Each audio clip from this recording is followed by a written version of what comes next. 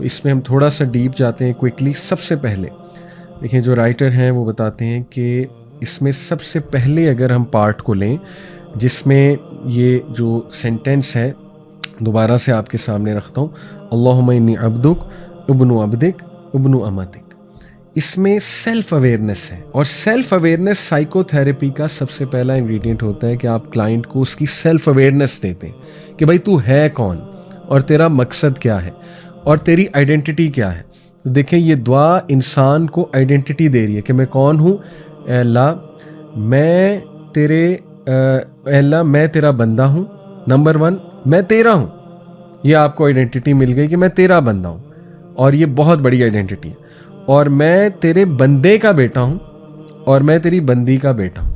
اللہ اکبر.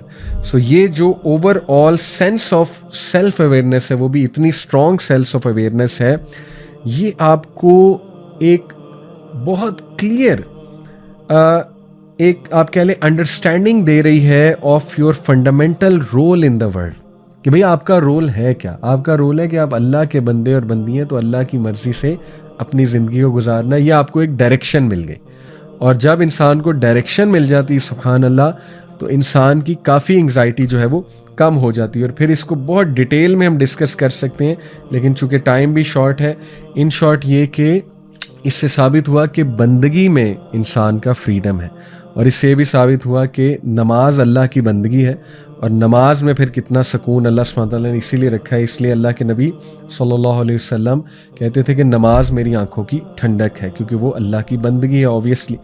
اور ابھی تو آپ نیورو فزیولوجی آف ورشپ پڑھیں کہ ورشپ کے برین پہ کیا امپیکٹس ہیں, اس کے باقاعدہ ریسرچز ہوئی ہیں. میں آپ کو یہ ریسرچ پیپر تو کوٹ کر دیا ہے یقین انسٹیٹیوٹ کا, Islamic spirituality and mental weighing, ضرور پڑھیے گا انشاءاللہ.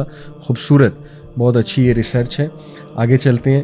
تو پہلی چیز سیلف اویئرنیس, اور بھی اسٹرانگ سیلف اویئرنیس, اور اس سے کیا ہوگا you will understand your role in this world. Okay, اور اس سے انگزائٹی بہت کم ہوتی ہے.